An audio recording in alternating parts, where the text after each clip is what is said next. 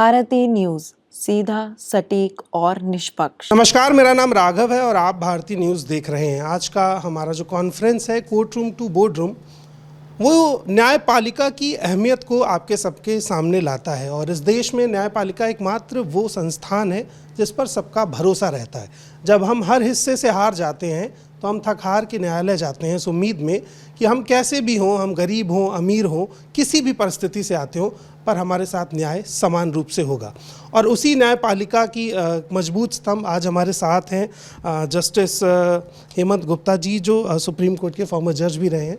Sir, मेरा एक सवाल यही है कि न्यायपालिका को लोग जिस नज़रिए से देखते हैं, सम्मानजनक नज़रिए से, कितनी जिम्मेदारियों का बोध होता है उस कुर्सी पर बैठते हुए?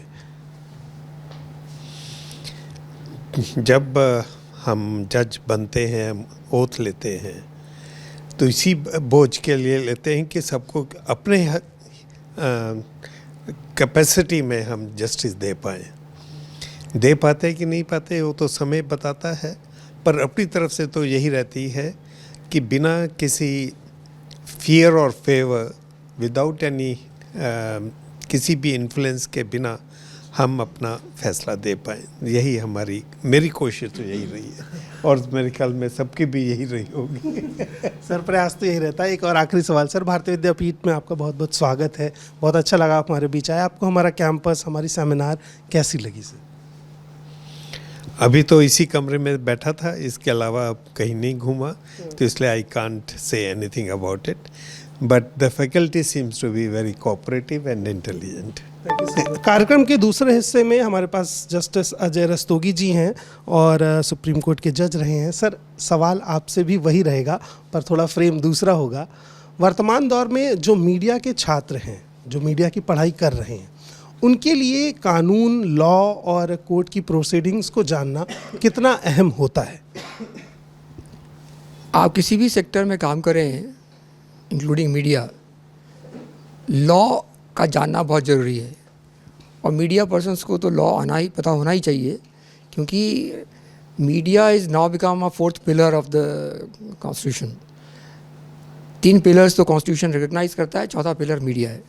सो मीडिया अपनी रिस्पॉन्सिबिलिटीज़ को डिस्चार्ज कर पाए as per the framework of law, मेरे हिसाब से उनको लॉ ग्रेजुएट और लॉ की नॉलेज होना बहुत ज़रूरी है to do their job assigned. कार्यक्रम के अगले पार्ट में हमारे साथ जस्टिस धरणीधर झा साहब हैं। सर, सवाल आपसे सेम तो नहीं है, मैं बार बार वही बात कहूँगा। हमारे यहाँ मीडिया के लगभग 500 से ज़्यादा स्टूडेंट हैं और एक सब्जेक्ट है जिसे मीडिया लॉ कहते हैं। उसके भीतर हम उन्हें आर्टिकल 19(1) पढ़ाते हैं, कंटेम्प्ट ऑफ कोर्ट पढ़ाते हैं, सेडिशन पढ़ाते हैं, तमाम चीज़ें पढ़ाते हैं। पर मैं ये चीज़ जानना चाहता हूँ कि किसी भी नागरिक का जो ट्रस्ट होता है न्यायालय के ऊपर, न्यायपालिका के ऊपर, वो भरोसा एक बहुत बारीक चीज़ से जुड़ा होता है। हम शिक्षकों को ऐसा क्या करना चाहिए कि हम अपने बच्चों के भीतर न्यायपालिका और जो देश का पूरा सिस्टम है उसको लेकर जो ट्रस्ट है और मजबूत होता रहे? देखिए, न्यायपालिका के प्रति जो कभी कभी आप लोग मीडिया ट्रायल करते हैं, मीडिया ट्रायल में अभी केस इन्वेस्टिगेशन से बाहर आया नहीं, आप जजमेंट लिखते होते हैं। तो होता क्या है कि कल को जो पब्लिक ओपिनियन आपके मीडिया ट्रायल से बन गया ना, उसके अगर कोर्ट प्रोसीजर तो जो तथ्य हैं और विधि है, कानून है, उसमें होगा निर्णय या उसके आदेश होंगे उस आलोक में। वो तो मीडिया ट्रायल के आलोक में नहीं होगा। जो आपने तथ्य कहे, जो तथ्य है ही नहीं केस में, वो तथ्य आप बोल रहे हैं। तो उससे होता क्या है कि लोग कहने लगते हैं कि जजेज, अब उनके लिए बहुत बहुत अपशब्द बोलने लगते हैं। तो होता क्या है कि आपका जो एक विश्वसनीय, स्वतंत्र, प्रजातांत्रिक संस्था है जो आपकी, उसके जो संस्था तो संस्था है, लेकिन वो संस्था तो लोगों से बनी है।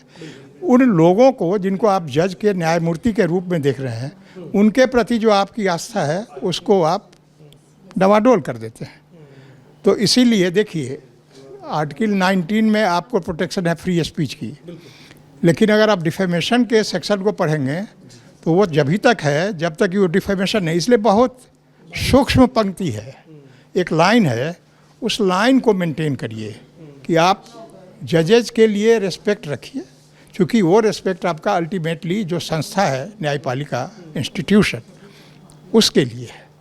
तो आप अपने बच्चों को या मीडिया वालों को ये बताइए कि वो न्यायपालिका की अहमियत जो है ना, इसलिए जुडिशरी जो है हर एक कॉन्स्टिट्यूशन के हर एक चैप्टर में सबसे पहले जुडिशरी आती है, जो लेजिस्लेटिव पार्ट है, जो पार्लियामेंट्री पार्ट है, उसके बाद उसकी अहमियत इसीलिए है कि वो डेमोक्रेसी के लिए बहुत ही ज़रूरी है न्यायपालिका का होना। अगर आप नहीं होइएगा, मेरा ये कोर्ट नहीं होगा, मेरा ये टाई नहीं होगा अगर न्यायपालिका नहीं होगी। और आप जिस तरह से क्रिटिसाइज़ करते हैं न्यायपालिका को, अपने अभी कोर्ट में केस पहुंचा नहीं, आप ट्रायल कर रहे हैं, तो उससे बहुत ही ये मतलब वो डेंटिंग होती है इंस्टीट्यूशनल फेथ को, तो उससे बचें बस हो गया। तो ये इंटरव्यू काफ़ी हद तक आपको समझाएगा कि जो जजेस के काम हैं उनको उनके भरोसे ही छोड़ा जाए और न्यायपालिका के काम में मीडिया का हस्तक्षेप उतना आवश्यक नहीं है जितना आजकल मीडिया को लगने लगा है। बाकी तमाम अपडेट्स के लिए बने रहिए भारती न्यूज़ के साथ। बहुत बहुत शुक्रिया, धन्यवाद।